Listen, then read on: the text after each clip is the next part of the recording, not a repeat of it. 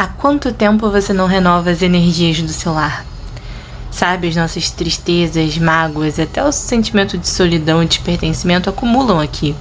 O Evangelho no Lar vem trazer a luz para a nossa casa. É um momento para que a gente possa se reconectar com aqueles que, pela bênção de Deus, estão ao nosso lado. Que a gente possa conversar sobre as coisas importantes da vida e convidar a presença do amor, de Deus, da espiritualidade de luz para dentro do nosso lar. Vamos então abrir as portas e janelas para essa positividade, para essa luz, para esse divino. Vamos juntos fazer o Evangelho no Lar?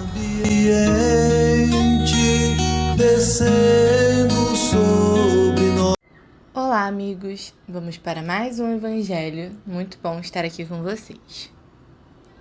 Não se pode servir a Deus e a Mamon. O Evangelho segundo o Espiritismo. A desigualdade das riquezas. A desigualdade das riquezas é um dos problemas que se procura resolver inutilmente, quando se leva em consideração apenas a vida presente. A principal questão que surge é esta: por que todos os homens não são igualmente ricos?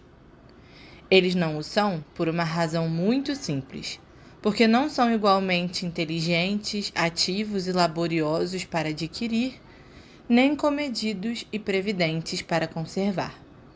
Aliás, está matematicamente demonstrado que a riqueza, quando repartida igualmente, proporciona uma parte mínima e insuficiente para cada um. Então, supondo-se estabelecida essa visão, em pouco tempo o equilíbrio seria rompido pelas diferenças entre as índoles e as aptidões de cada pessoa. Imaginando-se que essa divisão fosse possível e duradoura, com cada um tendo apenas o suficiente para viver, disso resultaria a extinção de todas as grandes pesquisas que contribuem para o progresso e para o bem-estar da humanidade.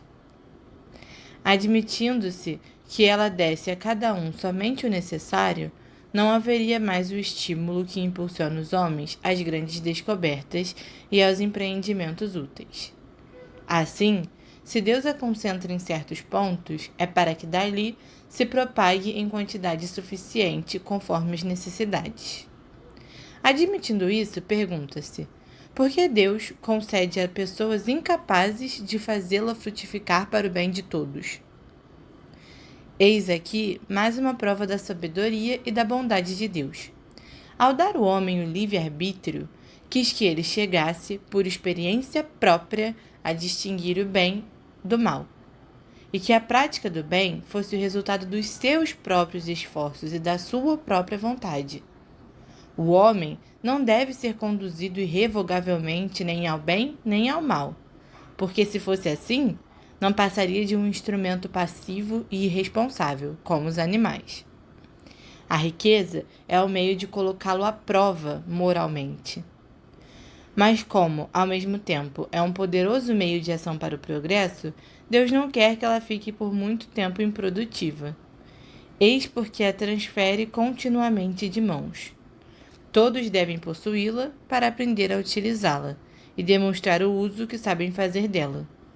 Mas como é materialmente impossível que todos a possuam ao mesmo tempo, e aliás, se todos a possuíssem, ninguém trabalharia e o desenvolvimento do planeta estaria comprometido, cada um a possui alternadamente. Quem hoje não a tem, já a possuiu, ou a possuirá numa outra existência, e quem a possui agora, deixará de tê-la amanhã. Existem ricos e pobres, porque, sendo Deus justo, todos, por sua vez, devem trabalhar. Para uns, a pobreza é prova de paciência e resignação. Para outros, a riqueza é prova de caridade e abnegação. É lamentável o péssimo uso que determinadas pessoas fazem de sua fortuna e as infames paixões que a cobiça desperta. Pergunta-se então: Deus é justo ao dar riquezas a gente assim? É certo que, se o homem tivesse uma única existência, nada justificaria semelhante repartição dos bens terrenos. Mas, se ao invés de limitarmos nossa visão à vida presente, considerarmos o conjunto das existências, veremos que tudo se equilibra com justiça. O pobre, portanto, não tem mais motivos para acusar a providência, nem para invejar os ricos, e os ricos não têm mais motivo para vangloriar-se do que possuem. Se fazem mau uso das riquezas, não será por meio de decretos ou de leis contra a ostentação que se remediará ao mal. As leis podem mudar momentaneamente as aparências, mas não mudam o coração. Eis a razão pela qual sua vigência é apenas temporária, e porque são sempre seguidas de uma reação desenfreada. A origem do mal está no egoísmo e no orgulho. Os abusos de qualquer espécie cessarão por si mesmos quando os homens se orientarem pela lei da caridade. O Livro dos Espíritos, pergunta 816. Se o rico tem mais tentações, não tem também mais condições de fazer o bem? É justamente o que nem sempre faz, tornando-se egoísta, orgulhoso e insaciável. Suas exigências aumentam com sua fortuna, e ele acha que nunca tem o suficiente. Para os homens, a sua importância nesse mundo e a autoridade sobre os seus semelhantes são provas tão arriscadas quanto a miséria, pois quanto mais rico e poderoso alguém for, mais tem obrigações a cumprir. E mais numerosas são as oportunidades de fazer o bem e o mal. Deus experimenta o pobre pela resignação e o rico pelo uso que faz de seus bens e de seu poder. A riqueza e o poder dão origem a todas as paixões que nos ligam à matéria e nos afastam da perfeição espiritual. Eis porque Jesus disse: em verdade vos digo que é mais fácil um camelo passar pelo buraco de uma agulha do que um rico entrar no reino dos céus. Então, pessoal, essa passagem do Evangelho, como muitas outras, vem explicar à luz da doutrina coisas que por vezes parecem injustas aos nossos olhos, como, por exemplo, a divisão de riquezas do mundo.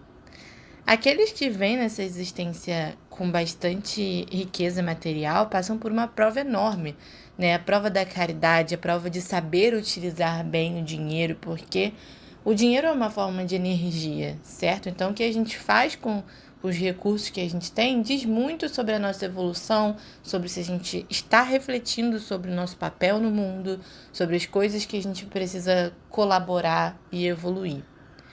Ao mesmo tempo, aqueles que vieram com menos recursos estão também sendo colocados à prova. A prova de resiliência, a prova de resignação, a prova do trabalho, né? Porque não é nada fácil a gente mudar a nossa condição financeira e tudo isso põe em evidência certas características nossas que precisam ser desenvolvidas. Então, conciliando essa visão com a visão das vidas passadas também, a gente pode ter a noção de que ninguém vem em todas as vidas ricos ou em todas as vidas pobres.